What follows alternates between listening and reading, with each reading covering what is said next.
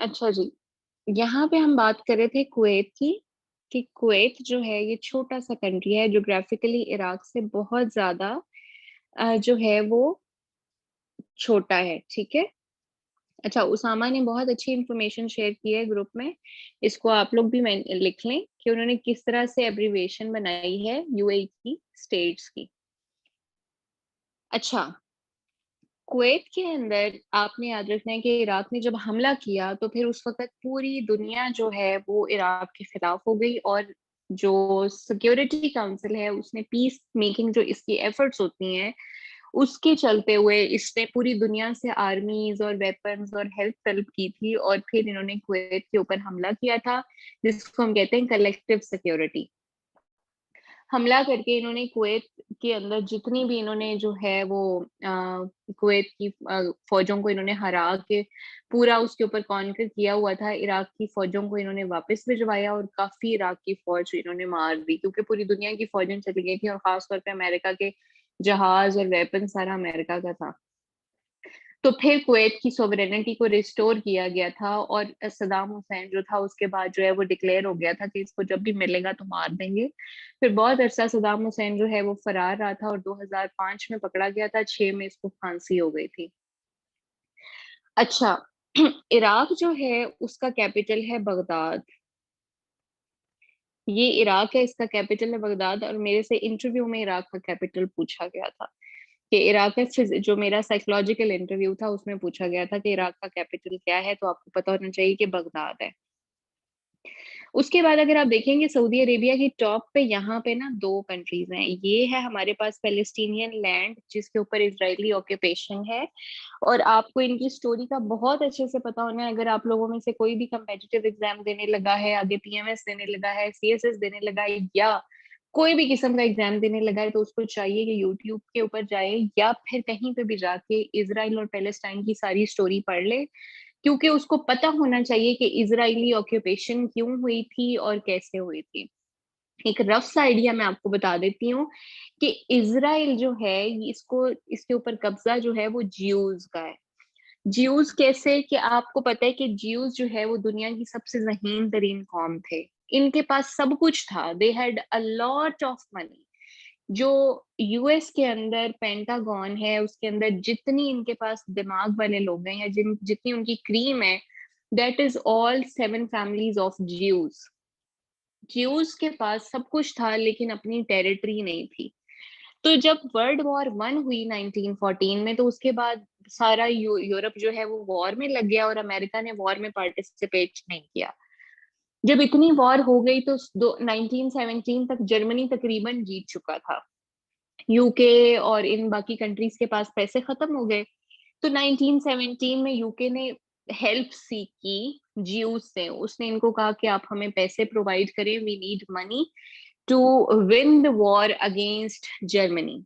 Juice ने कहा कि हम आपको पैसे देंगे।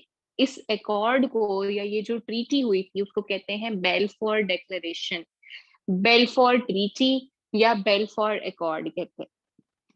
इसके अंदर 1917 में यूके को उन्होंने कहा कि आप कॉलोनियल पावर है, आपकी कॉलोनीज हैं, आपकी इंडिया में भी कॉलोनीज हैं, आपकी मिडिल ईस्ट में भी कॉलोनीज हैं, तो आप ये करें कि हम आपको पैसे प्रोवाइड करते हैं और आप क्या करें कि आप उसके बदले में हमें एक मुल्क के अंदर से टेरिटरी दें जिसके अंदर हम अपनी गवर्नमेंट कायम कर सकें।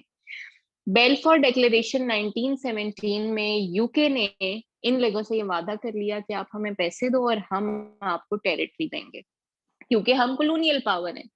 अब देखिए हमारी ये खुशकिस्मती ही है कि उस वक्त यूके की गवर्नमेंट ने डिसाइड किया कि वो उनको पैलेस्टीनियन लैंड देगी और यूके की गवर्नमेंट अगर यही डिसाइड कर देती कि वो उन्हें पाकिस्तान और इंडिया वाली सब कॉन्टिनेंट की लैंड देगी तो हम क्या कर लेते। खैर, मुसलमान तो वो भी हैं और हमसे शायद उनके ईमान बहुत ऊपर है और यहाँ पे भी वो दे सकती थी लेकिन इंडिपेंडेंस हमारी उन्होंने 1947 में कर दी यूके ने।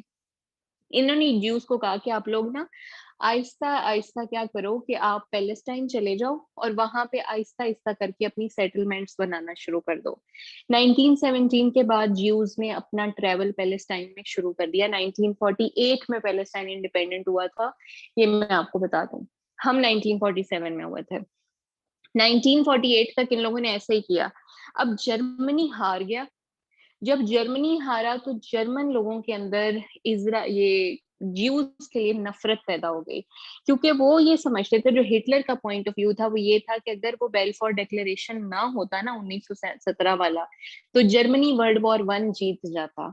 फिर ट्रीटी ऑफ वर्साइल्स जो 1918 में हुई, जिसके बाद जर्मनी को बहुत ज्यादा पेनल्टी पे करनी पड़ी, उसमें भी उसने यही कहा कि अगर ट्रीटी ऑफ वर्साइल्स में जितना कुछ हमारे ऊपर बर्डन इन सारे कंट्रीज ने डाला है ना, कि हम डैमेजेस पे करें, जो वॉर में इनका खर्चा हुआ है वो भी हमारे लोगों के टैक्सेस से पैसा जो है वो यूके और फ्रांस और इन कंट्रीज को जा रहा है, और हमारी इतनी लैंड अलग करके पोलैंड बना दिया गया है, तो हमें हमारे साथ सारी जाती हुई है क्योंकि ज्यूज ने इनकी हेल्प की है।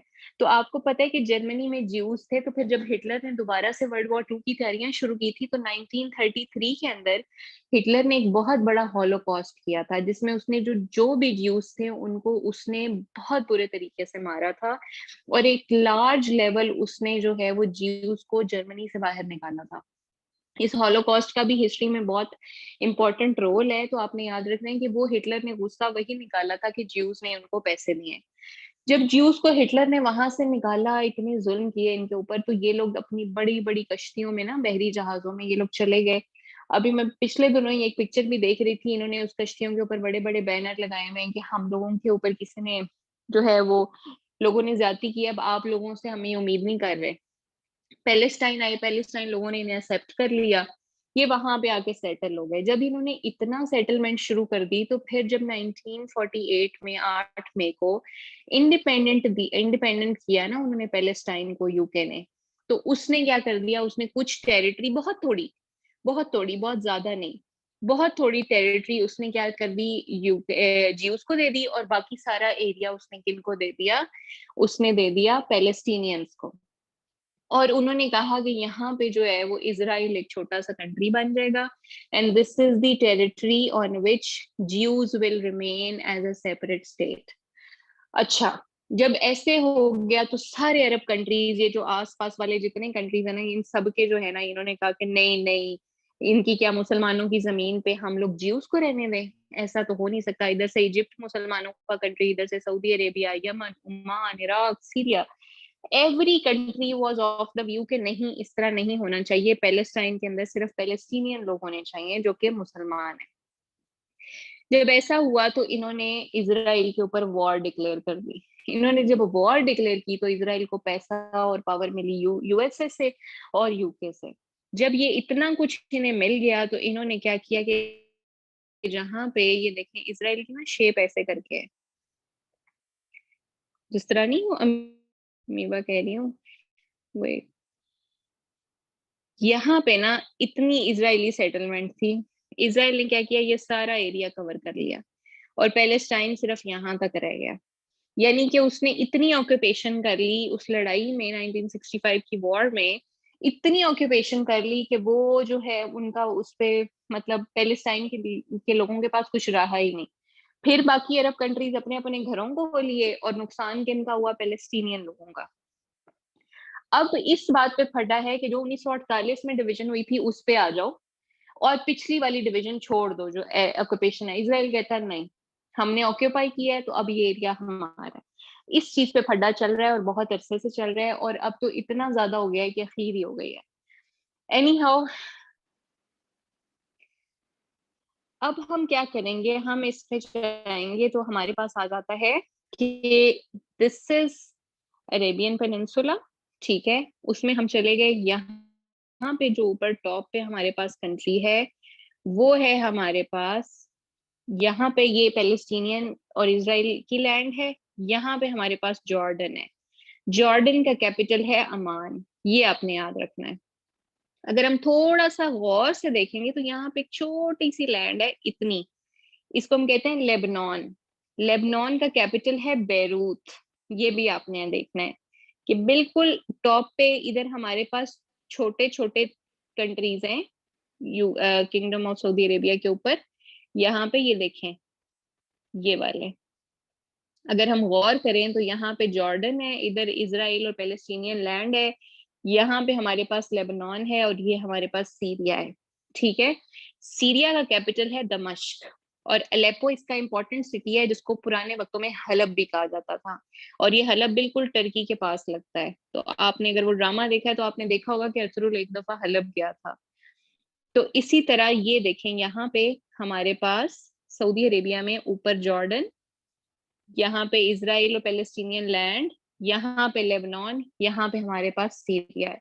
अब लेबनान का कैपिटल है बैरूत, और जॉर्डन का कैपिटल है अमान, और सीरिया का कैपिटल है दमिश्क। Damascus is the oldest capital of the world. अच्छा, ऊपर आ गया हमारे पास जी टर्की।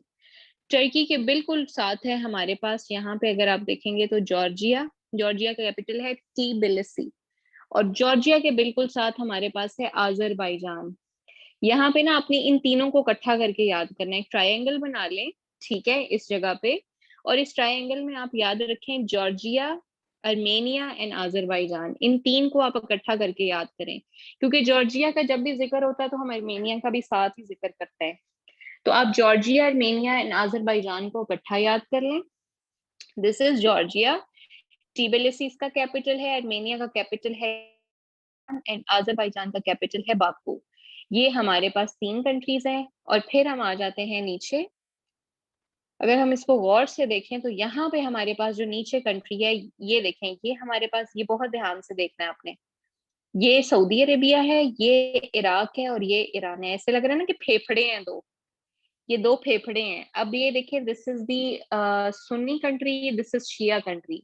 ईरान और सऊदी अरेबिया की राइवलरी बहुत ज्यादा है, बहुत ज्यादा राइवलरी है, ये भी आपने याद रखना है। ईरान पाकिस्तान का नेबरिंग कंट्री भी है, तो याद रखें कि ईरान और इराक के दरमियान, जो ईरान और सऊदी अरेबिया के दरमियान में हमारे पास इराक है, जो कि इनके दरमियान सैंडविच हुआ हुआ है। ईरान का कैपिटल है तेहरान। आज के लिए हम लोग सिर्फ यही मिडिल ईस्ट करेंगे, इस मिडिल ईस्ट को आप पढ़ें। मैं आपको ये रिकमेंड करूंगी कि आप मिडिल ईस्ट करने के साथ साथ आप मिडिल ईस्ट में जो कंट्रीज हैं, इनके आपस में जो रिलेशंस हैं, उनको भी कुछ पढ़ें, ताकि आपको एक रफ सा आइडिया हो जाए और अपने नोट्स बना लें। इस मिडिल ईस्ट में सबसे पहला इशू है मिडिल ईस्ट क्राइसिस। इसको गूगल करें तो आपको मिडिल ईस्टर्न कंट्रीज के आपस में जितने फटे हैं वो सारे समझ आ जाएंगे। सऊदी अरेबिया और इराक, ईरान का इशू है बहुत बड़ा। इसी तरह सऊदी अरेबिया और यमन का इशू है बहुत बड़ा। इसराइल एंड पैलेस्टाइन का इशू है बहुत बड़ा। सीरिया का बहुत बड़ा इशू है। ये जो कंट्रीज के इश्यूज हैं, इनके ऊपर एक रफ सा अपने नोट्स बनाएं और इनको बैठ के लिखें, और इस पूरे मिडिल ईस्ट को आप अच्छे से प्रिपेयर करें, इनके कैपिटल समेत, और इसको इस तरह से ड्रॉ करें कि आपके फिंगर टिप्स पे आ जाए ये चीज। तो ये आपको बहुत फायदा देगी ये चीज। एक दफा आप ये मिडिल ईस्ट को अच्छे तरीके से पढ़ लेंगे तो पूरी जिंदगी आपके लिए आसानी होगी किसी भी किस्म के इशू को पढ़ने के लिए। तो इसको आप अच्छे से करें, इसलिए मैं ज्यादा आपको नहीं पढ़ाऊंगी। हमारी परसों जो क्लास है उसमें हम एशिया जो रिमेनिंग है उसको कंप्लीट करेंगे, और उससे अगली क्लास में हमारा फिजिकल मैप स्टार्ट हो जाएगा, जिसमें हम फिजिकली पहले ऑस्ट्रेलिया को पढ़ेंगे और साथ उसका फिजिकल मैप भी उसी क्लास में पढ़ लेंगे। इसी तरह फिर हम बारी बारी इनके फिजिकल मैप्स को जो है वो कवर करेंगे, और हमारे जो फिजिकल फीचर्स हैं उनको हम पढ़ना शुरू करेंगे। परसों मैं आप लोगों को एक पीडीएफ भेजूंगी जिसका आपने प्रिंट लेना है। एक होता है प्रिंट A4 पेज के ऊपर जो किताब के साइज का होता है, लेकिन एक होता है पेज A3 पेज। उसमें उस पीडीएफ के हर पेज को आपने A3 पेज जो जरा साइज में बड़ा होता है उसको आपने लेना है और प्रिंट कराना है। और 12 कलर्स के ना मार्कर्स होते हैं, वो एक पैकेट मिलता है जिसमें 12 रंग के मार्कर्स होते हैं, वो आप लोगों ने लेके रखने हैं। तो इंशाल्लाह नेक्स्ट क्लास में मुलाकात होती है। अभी तक कोई क्वेश्चन है तो पूछ लें, नहीं तो फिर आप लीव कर देंगे। ये यमन का कैपिटल सना है, ये दान कब से? दान, ये यमन क्राइसिस जब स्टार्ट हुआ था ना, जी। उस वक्त यमन की गवर्नमेंट चेंज हुई थी, तो इनके अंदर से ना अपने रेबल्स निकले थे सिविल वॉर के अंदर। इनके जो सिविल वॉर के अंदर रेबल्स निकले थे, उन लोगों ने क्या किया था, इसका कैपिटल चेंज करके उन लोगों ने अपना हेडक्वार्टर सना में शिफ्ट कर दिया हुआ है। इसको क्राइसिस को पढ़ेंगे ना आप तो आपको पता चल जाएगा कि इसका दान क्यों शिफ्ट हुआ है कैपिटल। हाँ जी, हाउथीज ने। मैम आपने ये कहा था कि इसराइल जो है हाँ मैप जी, में, ये जो ऑक्सफोर्ड ऑक्सफोर्ड एटलस है इसमें इसराइल को शो किया हुआ है, फिलिस्तीन को नहीं किया हुआ। हालांकि ये तो यूएन की रेजोल्यूशन है ना कि जिसमें इनको 2 स्टेट्स का जो है वो दिया हुआ है लेकिन दर्जा, उन्होंने पैलेस्टीनियन लैंड इजराइल को, वो। हाँ, अब अगर आप ध्यान से देखेंगे ना मैप को, मैं आपके साथ एक पिक्चर शेयर करती हूँ, जो इसमें पैलेस्टीन वाली लैंड है ना, वो उसी तरह शो हुई हुई है जिस तरह पाकिस्तान और इंडिया के दरमियान कश्मीर वाली लाइन है। यानी जो डिस्प्यूटेड एरियाज होते हैं ना, उनको ये लोग डॉट्स के साथ शो करते हैं। तो इन्होंने जी जी। पैलेस्टीनियन लैंड को जो है ना, वो अगर हम मैप को गौर से देखेंगे ना, तो पैलेस्टीनियन लैंड को इन्होंने डॉट्स के साथ शो किया हुआ है, which is a disputed territory. इन्होंने उसको प्रॉपर कंट्री के हिसाब से शो नहीं किया हुआ। सो ये ऑक्सफोर्ड के अंदर इन्होंने इजराइल को ही शो किया हुआ है। देखिए ना, वैसे तो आप टेक्निकली तो इन्हें नहीं करना चाहिए, लेकिन उन्होंने उसी तरह किया हुआ है जिस तरह जो मेजर स्टेट्स हैं वो चाहती हैं। तो इसलिए मैंने आपको ये चीज मेंशन की थी।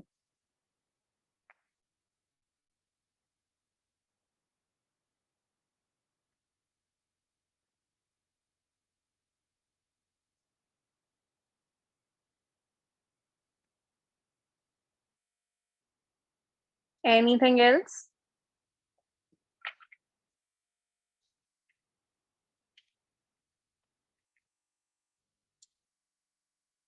आप लोग आज गूगल करके ना, जो इसराइल और पैलेस्टाइन का इशू है ना, इसको बहुत अच्छे से पढ़ लें।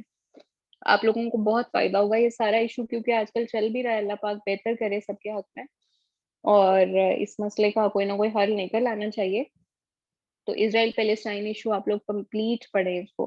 आप गूगल पे पैलेस्टाइन इशू लिखेंगे ना, तो आपको किसी अच्छी पीडीएफ में सारा इशू पढ़ा हुआ मिल जाएगा, नहीं तो यूट्यूब पे इसकी स्टोरी सुन लें।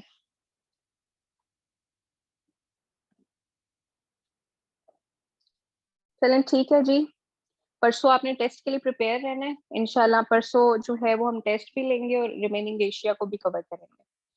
Best of luck.